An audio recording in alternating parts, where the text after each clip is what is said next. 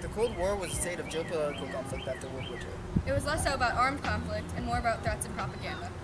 During this period, illustrations played an important role.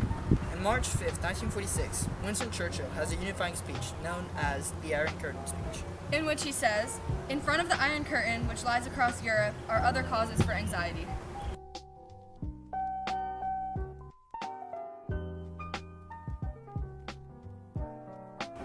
As a result of which, a war based upon propaganda started between the two superpowers.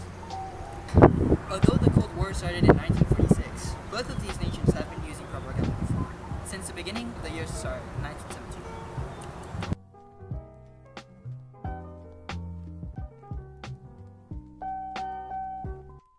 The USSR had multiple propaganda fronts, such as radio and political posters, to denounce corruption and promote liberation of the oppressed. China became a communist country in 1949, and other countries followed suit.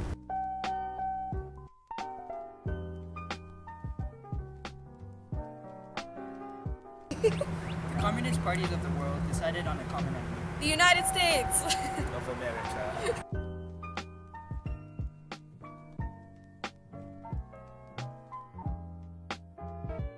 This sense of anti-Americanism helped spread communism throughout Europe. Overall, these illustrations allowed people and groups to express their political ideas throughout. To combat this sense of anti-Americanism, Captain America was used as a staple in comic books to represent the American narrative.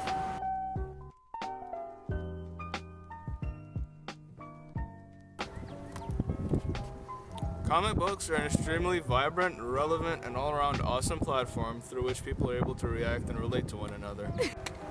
Nowadays, comic books convey compelling stories, Packed with the artists' reactions and thoughts about social and political issues. Wartime comics were mainly focused on public sentiment and patriotism. So more often than not, you would encounter comic strips that gave homage and adoration to the American troops and soldiers and other material that would support the war effort. During the Cold War, Captain America faced off against the fascist Red Skull. Opposing countries were often depicted as the enemy and given inhumane or grotesque features.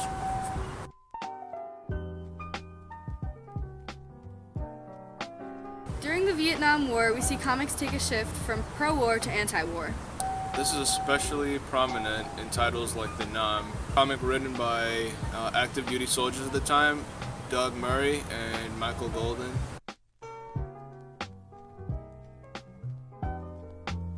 It focused on their experiences. The Nam focuses more on cynicism and anti-war sentiments and a sense of empathy between both opposing sides, more so than the patriotic jingoism often delivered in prior materials.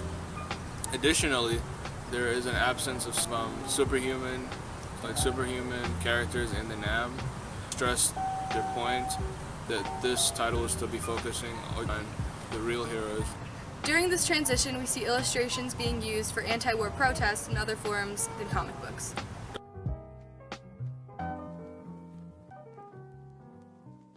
Dr. Seuss, for example, is a well-renowned author and illustrator who was able to take advantage of this style.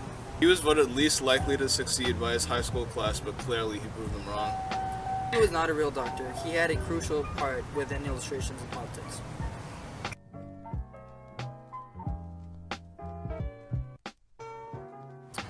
We know him for his silly books such as The Cat in the Hat and Green Eggs and Ham.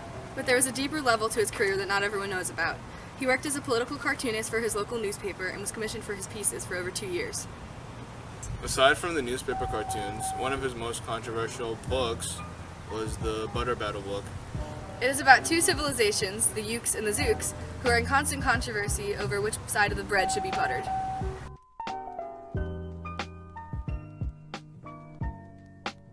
On the surface, this looks like an innocent children's book, but it had a deeper meaning. Each civilization attempted to create bigger and better weapons to try to win the war. By the end of the book, the reader is supposed to come to the conclusion that this book is a metaphor for Dr. Seuss's views on the Cold War And the constant threat of nuclear destruction.